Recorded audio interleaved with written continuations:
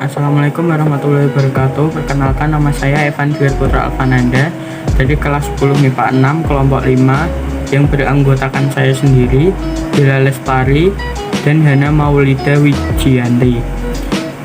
Di sini saya akan menyampaikan materi tentang Perang Badar.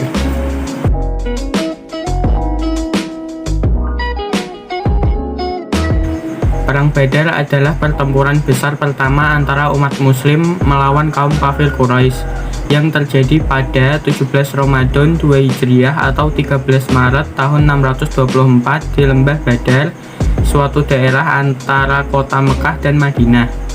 Perang Badar disebut juga Yaumul Furqan atau hari pemisah antara yang hak dan batil. Perang Badar adalah perang yang menentukan eksistensi dakwah umat Islam selanjutnya, dan dalam perang inilah perang satu-satunya yang malaikat pun turun untuk berperang.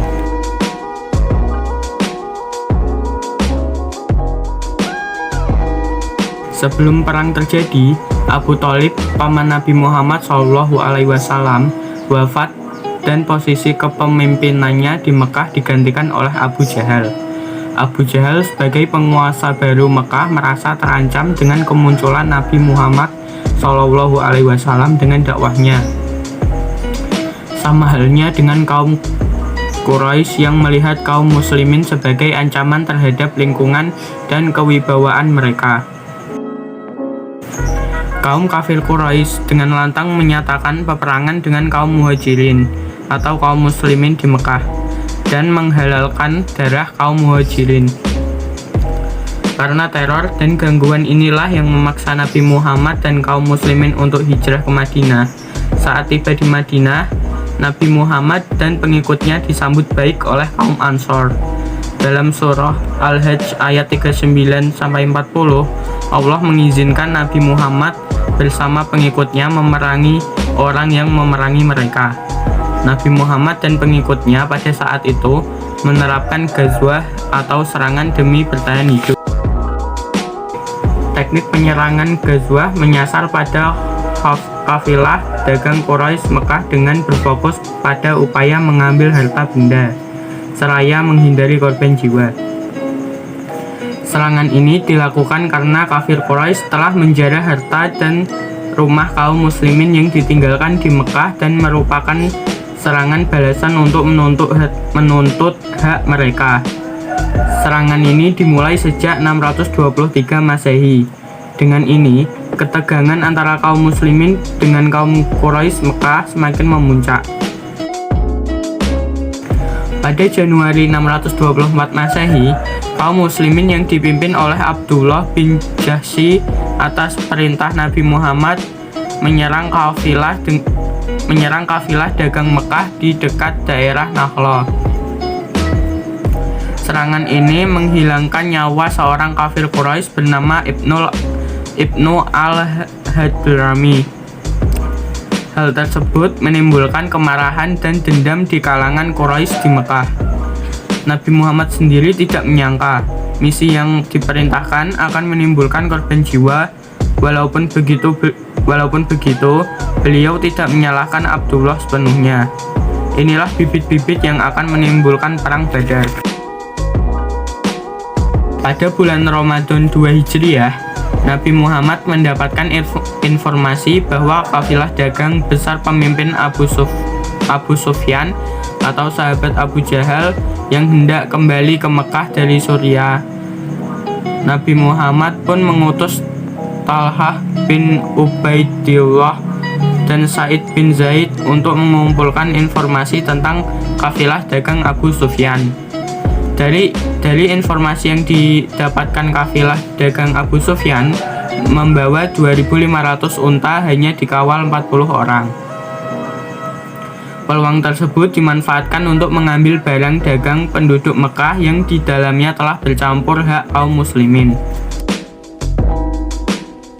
Nabi Muhammad pun memimpin langsung ghazwah tersebut dengan melibatkan 313 muslimin.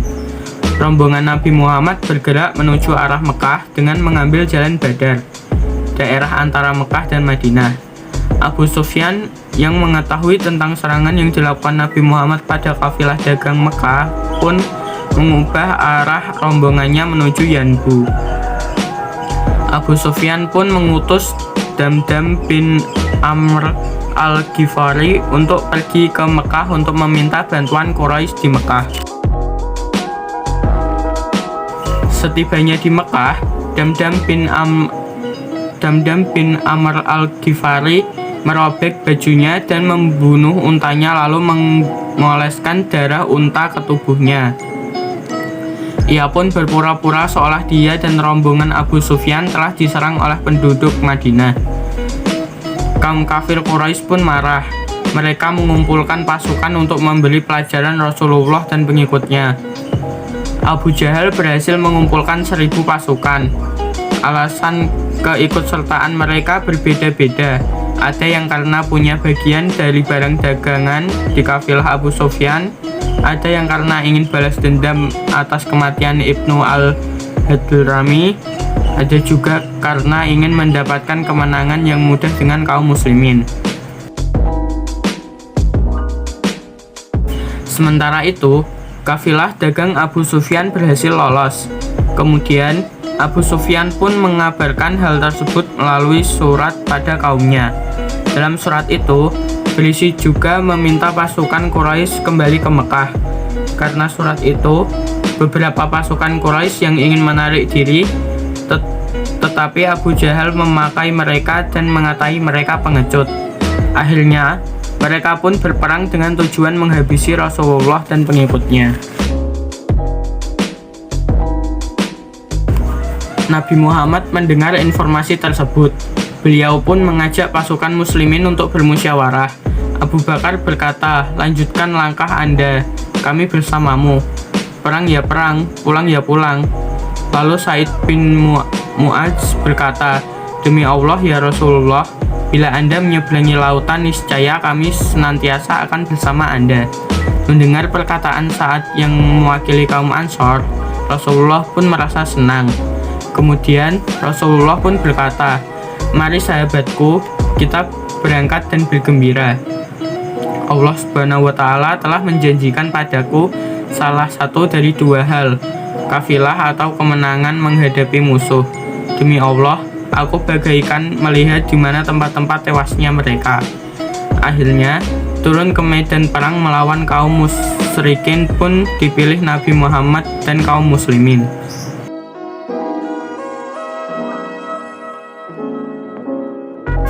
Dalam perang Badar, pasukan muslim dipimpin oleh Nabi Muhammad SAW dengan pasukan berjumlah 313 orang, 8 pedang, 6 baju perang, 70 ekor unta, dan 2 ekor kuda.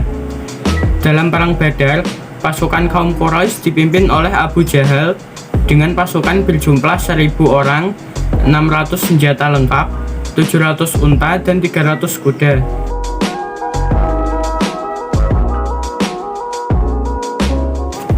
Faktanya, perang ini secara logika sulit untuk dimenangkan karena tentara muslim kalah jumlah dan persenjataan dengan tentara kaum Quraisy.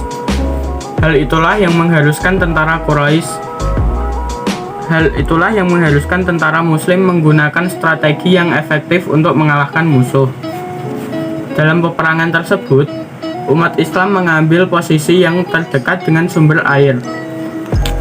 Tempat tersebut dipilih oleh Nabi Muhammad SAW sebagai salah satu bentuk strategi perang. Umat Islam memanfaatkan kondisi geografis dari daerah Badar.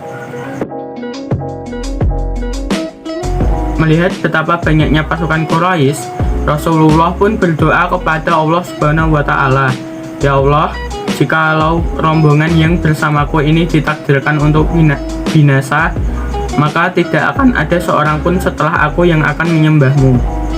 Semua orang yang beriman akan meninggalkan agama Islam nan sejati ini." Kemudian, Nabi Muhammad dan para sahabatnya merancang strategi peperangan. Beliau menjejerkan pasukan kaum muslimin dalam formasi rapat. Beliau juga memerintahkan agar sumur-sumur segera dikuasai untuk memutus pasokan air ke kaum kafir Quraisy. Selain itu, perang juga diawali dengan pertempuran jarak jauh. Mereka terlebih dahulu menembakkan anak-anak panah dari kejauhan. Kemudian, barulah mereka menghunus pedang dan melakukan pertempuran. Lewat tengah hari, sebanyak 50 pemimpin pasukan kafir Quraisy tewas, termasuk Abu Jahal. Sementara itu, banyak sisanya yang lari tunggang langgang. Sementara itu, korban dari kaum muslimin hanya 14 orang. Selain memukul mundur 1.000 tentara dari Quraisy, umat Islam juga berhasil mengambil rampasan 600 persenjataan lengkap, 700 unta, 300 kuda, serta perniagaan milik kafilah Abu Sufyan. Dengan kecerdikan Nabi Muhammad dan kedisiplinan pasukannya, umat Islam berhasil membalikan keadaan yang membuat kehormatan dan kemuliaan Islam makin tegak di Jazirah.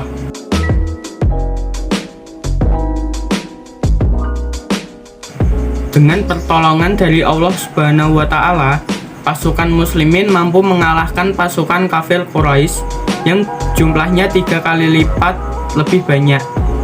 Untuk itu, Allah memberi nama Perang Badar dengan sebutan Yaumul Furqan, atau hari pemisah antara yang hak dan batil.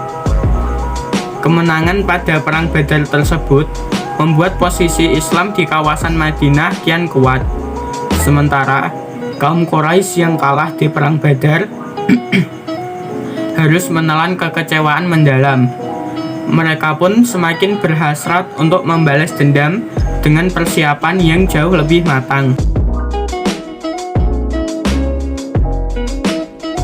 Dampak dari Perang Badar. Dalam buku Sejarah Islam Klasik 2013 karya Susmihara dan Rahmat, Perang Badar berakhir dengan kemenangan di pihak kaum muslimin. Kemenangan kaum muslimin dalam Perang Badar semakin menguatkan posisi Islam di kawasan Madinah.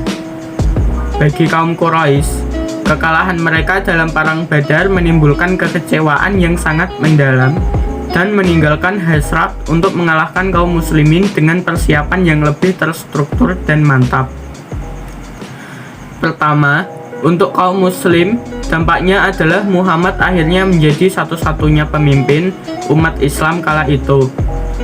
Dampak selanjutnya dirasakan oleh kaum Quraisy, yaitu setelah kematian Amr bin Hisham, salah satu tokoh Quraisy ini dijadikan sebagai pemimpin kaum Quraisy, yaitu Abu Sufyan. Hikmah dari Perang Badar. 1. Bulan puasa bukan alasan untuk bermalas-malasan. Sebagaimana dijelaskan di atas, Perang Badar Kubra terjadi pada bulan Ramadan. Artinya, saat itu kondisi umat muslim sedang dalam keadaan berpuasa. Tetapi hal itu tidak menyurutkan spirit mereka untuk berperang menegakkan agama Allah. Bahkan saat jumlah mereka jauh lebih sedikit dibandingkan kubu kaum musyrik. 2. Pentingnya bermusyawarah. Saat pasukan muslim sampai di sumber air terdekat dari Badar dan berhenti di sana, Al-Habab bin Al-Munzir mengusulkan strategi kepada Rasulullah. Rasulullah dengan terbuka menerima usulannya. Dari sikap Rasulullah tersebut, kita bisa mengambil pelajaran penting bahwa musyawarah itu perlu,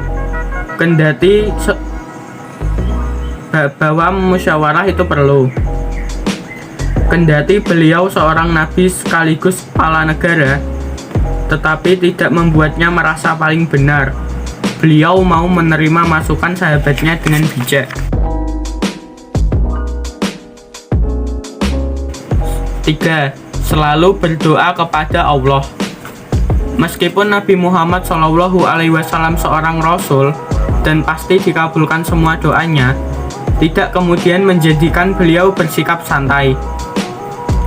Beliau tetap berdoa dengan sungguh-sungguh kepada Allah agar diberi kemenangan atas kaum musyrik.